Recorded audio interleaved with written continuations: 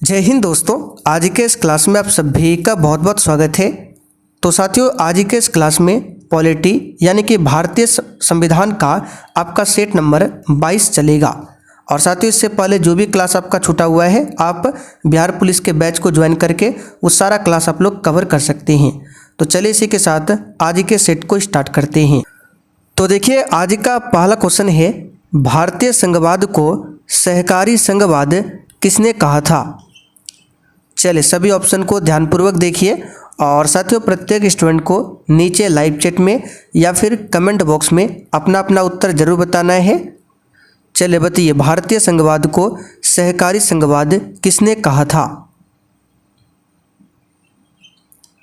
तो साथियों यहाँ पर इस क्वेश्चन का आंसर हो जाएगा जी ऑस्टिन। किसने कहा था? जी ऑस्टिन ने कहा था। यहाँ पर ए ऑप्शन आपका सही जवाब है।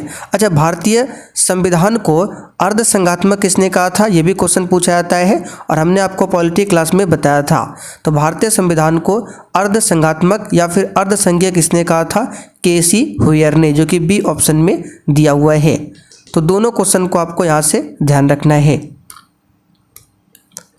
दूसरा क्वेश्चन देखिए, हम भारत के लोग we the people of India शब्दों का प्रयोग संविधान में कहाँ पर किया गया है? चलिए बिल्कुल सोच समझकर आंसर करना है। बताइए इसका आंसर क्या होगा? तो यहाँ पर जो भी बच्चे ऑप्शन डी बता रहे हैं उनका बिल्कुल सही जवाब है, संविधान की प्रस्तावना में किया गया है। संविधान की जो प्रस्तावना है इसको कब संविधान सभा के सामने प्रस्तुत किया गया था? तो 13 दिसंबर 1946 को। किसने प्रस्तुत किया था? पंडित जवाहरलाल नेहरू ने। प्रस्तावना की भाषा को कहाँ से लिया गया है? तो ऑस्ट्रेलिया की भाषा से, जबकि प्रस्तावना का जो विचार है इसको अमेरिका देश के संविधान से लिया गया है। नागरिकता की बात करें तो संविधान के भाग 2 में नागरिकता है और आर्टिकल 5 से लेकर 11 तक में नागरिकता को ब्रिटेन देश के संविधान से लिया गया है और भारत में एकल नागरिकता है। मौलिक अधिकार को भाग 3 में रखा गया है और भाग 3 को संविधान का मैग्ना कार्टा कहा जाता है और इसमें आर्टिकल 12 से लेकर 35 तक है और इसको अमेरिका देश के संविधान से लिया गया है। राज्य का नीति निर्देशक तत्व जो है ये भाग 4 में है और इसमें कल्याणकारी राज्य के बारे में बताया गया है और यह आपका आर्टिकल 36 से लेकर 51 तक हो जाएगा और इसको लिया गया है आयरलैंड देश के संविधान से। तो जो भी एक्स्ट्रा क्वेश्चन बताते हैं सभी को आपको ध्यान रखना है। अगला क्वेश्चन देखिए, निम्नलिखित शब्दों में से कौन सा शब्द सन 1975 में भारतीय संविधान की प्रस्तावना में सम्मिलित नहीं था? चलिए बताइए क्वेश्चन 3 के लिए आंसर। तो देखिए, बंधुत्व था, संप्रभुता भी था, समानता भी था, जबकि अखंडता नहीं था। आप सभी जानते हैं एक हुआ था 42वां संशोधन। कब हुआ था? 1976 में। ठीक है, तो इसके तहत प्रस्तावना में 3 नए शब्दों को जोड़ा गया था। कौन कौन सा शब्द था? समाजवादी था, ठीक है, धर्म निरपेक्षता और अखंडता। 3 नए शब्दों को जोड़ा गया था 1976 में। तो 1975 में कौन सा शब्द नहीं था? तो अखंडता शब्द नहीं था। डी ऑप्शन यहाँ पर आपका सही जवाब है। अच्छा, प्रस्तावना की बात करें, इसमें कितने प्रकार की न्याय की बात की गई है? तो 3 प्रकार की न्याय, सामाजिक न्याय, आर्थिक न्याय और राजनीतिक न्याय। प्रस्तावना में कितने प्रकार की स्वतंत्रताएं है? तो 5 प्रकार की स्वतंत्रता है। कितने प्रकार की समानता है? तो 2 प्रकार की समानता है। ये सब क्वेश्चन आपको ध्यान रखना है। सभी व्यक्ति पूर्णतः और समान रूप से मानव है, यह सिद्धांत जाना जाता है। और देखिए, सेशन के लास्ट में आप सभी को कमेंट करके अपना अपना स्कोर हमें ज़रूर बताना है कि आपने कितने क्वेश्चन सही किए हैं। तो सभी व्यक्ति पूर्णतः और समान रूप से मानव है, यह सिद्धांत है सार्वभौमिकता का। यहाँ पर ए ऑप्शन आपका सही जवाब है। चलिए आगे देखते हैं। भारत के संदर्भ में निम्न में से कौन पंथ निरपेक्ष शब्द का सही भाव व्यक्त करता है?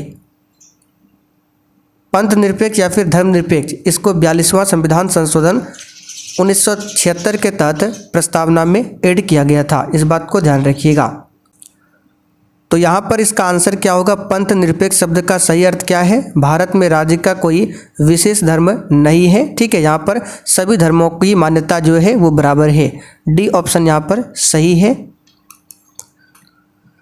अगला क्वेश्चन, निम्नलिखित उद्देश्यों में से कौन सा एक भारत के संविधान की उद्देशिका यानी कि प्रस्तावना में नहीं है?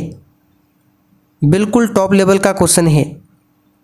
तो प्रस्तावना की बात करें, प्रस्तावना में कितने प्रकार की स्वतंत्रता है? तो 5 प्रकार की स्वतंत्रता है। कौन कौन सा है? तो विचार की स्वतंत्रता है, ये तो हो जाएगा आपका। अभिव्यक्ति की स्वतंत्रता है, विश्वास की स्वतंत्रता है, धर्म की स्वतंत्रता है और उपासना की स्वतंत्रता है। तो आर्थिक स्वतंत्रता नहीं है। देखिए, प्रस्तावना में आर्थिक स्वतंत्रता नहीं है। आर्थिक क्या है? न्याय है। 3 प्रकार के न्याय है, सामाजिक न्याय, आर्थिक न्याय और राजनीतिक न्याय। लेकिन यहाँ पर आर्थिक स्वतंत्रता दिया गया है जो कि गलत है। तो ये प्रस्तावना में नहीं है। अगला क्वेश्चन देखिए, निम्नलिखित विवादों में से किस में सर्वोच्च न्यायालय ने प्रस्तावना को भारतीय संविधान की मौलिक संरचना का अंग स्वीकार किया? चलिए, क्वेश्चन नंबर 7 के लिए आप लोग आंसर बताइए। किस विवाद में सर्वोच्च न्यायालय ने प्रस्तावना को भारतीय संविधान की मौलिक संरचना का अंग स्वीकार किया था? तो यहाँ पर इस क्वेश्चन का आंसर क्या हो जाएगा? केशवानंद भारती विवाद। ठीक है, यहाँ पर डी ऑप्शन आपका सही जवाब है। ध्यान रखिएगा, केशवानंद भारती विवाद कब हुआ था? तो ये 1960 के दशक में हुआ था। चलिए, अगला क्वेश्चन देखिए, निम्नलिखित कथनों पर विचार कीजिए। भारत में लोकतांत्रिक राज्य व्यवस्था है, भारत एक प्रभुसत्ता संपन्न राज्य है, भारत में लोकतांत्रिक समाज है, भारत एक कल्याणकारी राज्य है। आपको बताना है चारों में से कौन सा कथन यहाँ पर सही है। तो यहाँ पर देखिए, भारत में लोकतांत्रिक राज्य व्यवस्था है, बिल्कुल सही है। पहला कथन आपका सही हो जाएगा। भारत एक प्रभुसत्ता संपन्न राज्य है, ये भी सही है, ये भी सही है। भारत में लोकतांत्रिक समाज है, ये भी सही है। भारत एक कल्याणकारी राज्य है। यानी कि चारों कथन यहाँ पर क्या है? सही है। तो आंसर क्या हो जाएगा? डी वाला ऑप्शन। आगे देखिए, संविधान के प्रथम अनुच्छेद के अनुसार भारत क्या है? चलिए बताइए, क्वेश्चन 9 के लिए आंसर। संविधान के प्रथम आर्टिकल के अनुसार भारत क्या है? तो इस क्वेश्चन का आंसर हो जाएगा राज्यों का संघ। ठीक है, डी ऑप्शन यहाँ पर आपका सही जवाब है, राज्यों का संघ। अगला क्वेश्चन देखिए, भारत की देशी रियासतों के विलय में किन 2 व्यक्तियों ने महत्वपूर्ण भूमिका निभाई थी?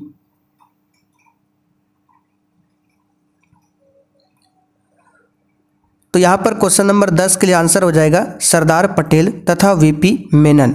बी ऑप्शन यहाँ पर आपका सही जवाब है।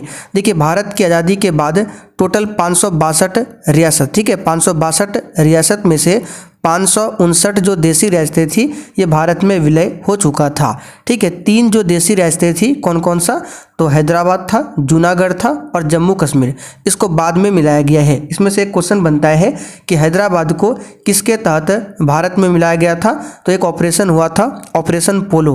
तो ऑपरेशन पोलो के तहत हैदराबाद को भारत में मिलाया गया था। ठीक है, और जम्मू कश्मीर को एक अधिपत्र था, विलय अधिपत्र, इसके माध्यम से भारत में शामिल किया गया था।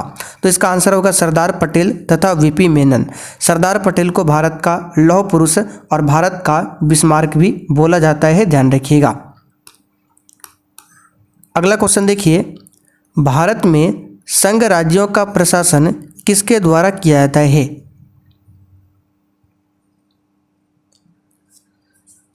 तो इसका आंसर है राष्ट्रपति के द्वारा। यहाँ पर ए ऑप्शन आपका सही जवाब है। राष्ट्रपति पद के बारे में आर्टिकल 52 में बताया गया है। आर्टिकल 53 में क्या बताया गया है कि राष्ट्रपति जो है कार्यपालिका का प्रमुख होगा। आर्टिकल 60 में राष्ट्रपति शपथ के बारे में बताया गया है। वर्ष 1948 में सरकार द्वारा भाषाई आधार पर राज्यों के पुनर्गठन के विषय में परीक्षण हेतु नियुक्त प्रथम भाषाई प्रांत आयोग के अध्यक्ष कौन थे? इसके अध्यक्ष थे SK धर। यहाँ पर सी ऑप्शन आपका सही जवाब है। अच्छा, भाषा के आधार पर गठन होने वाला पहला राज्य कौन सा है? तो वो है आपका आंध्र प्रदेश। चलिए आगे देखिए, राज्य पुनर्गठन आयोग ने 1 नवंबर 1956 को कितने राज्यों तथा कितने संघ राज्यों का गठन किया? अच्छा, राज्य पुनर्गठन आयोग की बात करें तो इसके अध्यक्ष कौन थे? तो इसके अध्यक्ष थे फजल अली। इसका गठन हुआ था 1953 में, राज्य पुनर्गठन आयोग का। ठीक है, तो 1 नवंबर 1956 को कितने राज्यों तथा कितने संघ राज्यों में गठन किया था इस आयोग ने? तो याद रखिएगा 14 राज्य और 6 संघ राज्य। यहाँ पर ए ऑप्शन आपका सही जवाब है। आगे देखिए, नए राज्य के गठन की शक्ति किसमें निहित है? बताइए, अगर नए राज्य का गठन करना है तो वो कौन कर सकता है? तो देखिए, अनुच्छेद 3 के अनुसार संसद को ये शक्ति प्राप्त है कि वह नए राज्यों का निर्माण या फिर राज्य के नाम में परिवर्तन या उसके क्षेत्र सीमा में परिवर्तन कर सकता है। ये पावर किसके पास है? संसद में। यहाँ पर ए ऑप्शन आपका सही जवाब है।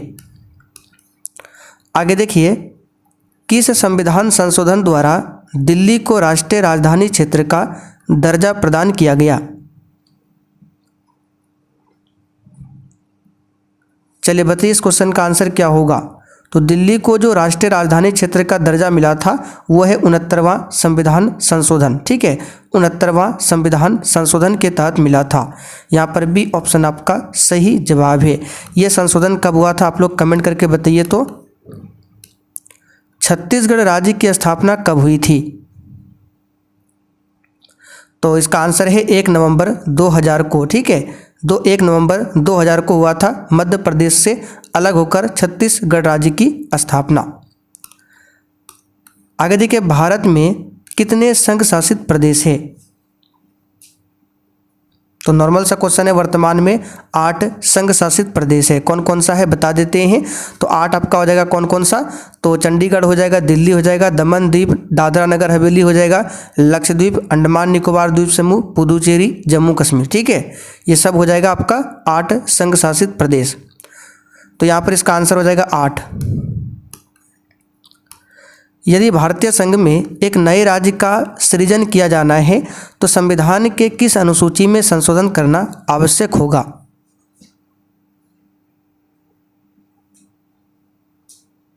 तो इसका आंसर क्या हो जाएगा? प्रथम अनुसूची। डी ऑप्शन आपका सही जवाब है, प्रथम अनुसूची।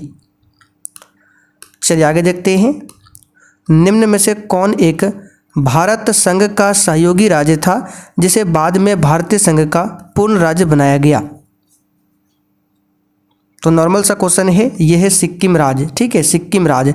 इसको 35वां संविधान संशोधन, ठीक है, 35वां संविधान संशोधन के तहत भारतीय राज्य में इसको सहयोगी राज्य का दर्जा मिला था। फिर से होता है एक 36वां संशोधन 1975 में, इसी के तहत सिक्किम को पूर्ण राज्य का दर्जा मिला था। ठीक है, 36वां संशोधन 1975 के तहत। और ये भारत में 22वें राज्य के रूप में गठन हुआ था। कौन से राज्य?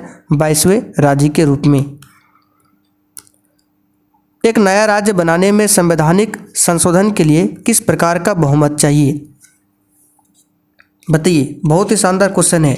अगर एक नया राज्य बनाना है तो उसके लिए संविधान में संशोधन करना पड़ेगा और उसके लिए किस प्रकार का बहुमत होना आवश्यक है? तो याद रखिएगा साधारण बहुमत। पहला वाला ऑप्शन सही है। संसद साधारण बहुमत से किसी नए राज्य का गठन या फिर वर्तमान राज्य के क्षेत्र सीमा या फिर उसके नाम में परिवर्तन कर सकती है। याद रखिएगा साधारण बहुमत से। तो यहाँ पर ए ऑप्शन आपका सही जवाब है। और किस आर्टिकल के तहत ये हो सकता है? तो अनुच्छेद 3 के तहत और अनुसूची 1 के तहत। भारतीय संघ के अंतर्गत किसी राज्य को शामिल करने की शक्ति किसे प्राप्त है?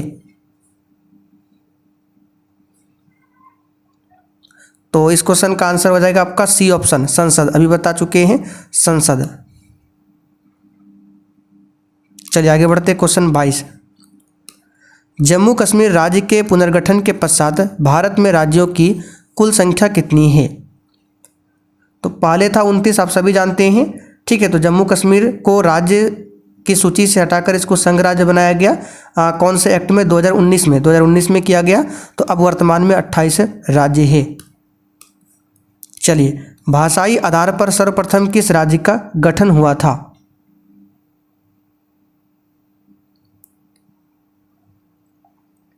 तो भाषा के आधार पर सर्वप्रथम किस राज्य का गठन हुआ था? सिंपल सा क्वेश्चन है, आंध्र प्रदेश। बी ऑप्शन आपका सही जवाब है। लोकसभा में संघ राज्य क्षेत्रों के लिए कितनी सीटें आरक्षित है? तो संविधान का आर्टिकल है 81 का 1, ठीक है, उसका ख। तो 81 1 ख के अनुसार लोकसभा के लिए जो संघ राज्य क्षेत्र है वहाँ से अधिकतम 20 सदस्य निर्वाचित हो सकते हैं। कितने? 20 सदस्य। तो यहाँ पर ए ऑप्शन आपका सही जवाब है, 20 सदस्य। संविधान का कौन सा भाग नागरिकता से संबंधित है? तो नॉर्मल सा क्वेश्चन है, पहले ही बता चुके हैं। भाग 2 आर्टिकल 5 से लेकर 11, और इसको ब्रिटेन देश के संविधान से लिया गया है। भारत में एकल नागरिकता है। भाग 3 में क्या है? मौलिक अधिकार है। और भाग 4 में राज्य का नीति निर्देशक तत्व है। और भाग 4A में पूछे, 4A में, तो इसमें मौलिक कर्तव्य है। तो चलिए साथियों, आज का सेट आपका यहीं पर कंप्लीट होता है। अब जिनको भी बैच परचेज करना है, आपको क्या करना है? प्ले स्टोर पर चले जाना है और वहाँ पर जाकर आपको ये वाला एप्लीकेशन इंस्टॉल करना है। उसके बाद यहाँ पर ऑल कोर्स पर क्लिक करना है, फिर यहाँ पर बाय नाउ का ऑप्शन मिलेगा, इस पर परचेज करके आप लोग बैच को ले सकते हैं। बैच में क्या क्या मिलेगा? डेली क्लास मिल जाएगा, सब्जेक्ट वाइज क्लास मिलेगा, दोनों क्लास का PDF मिल जाएगा आंसर के साथ, और जो क्लास में एक्स्ट्रा क्वेश्चन बताते हैं वो सब बूस्टर नोट्स में आपको लिखा हुआ मिलेगा। पिछले 12-13 साल का बिहार पुलिस का क्वेश्चन बैंक मिल जाएगा, और साथ में जो स्पेशल बिहार जीके है उसका भी नोट्स मिल जाएगा। तो ऑलरेडी बहुत सारे बच्चे जुड़ चुके हैं, आप पीछे मत रहिए, आप भी जुड़कर तैयारी कर सकते हैं।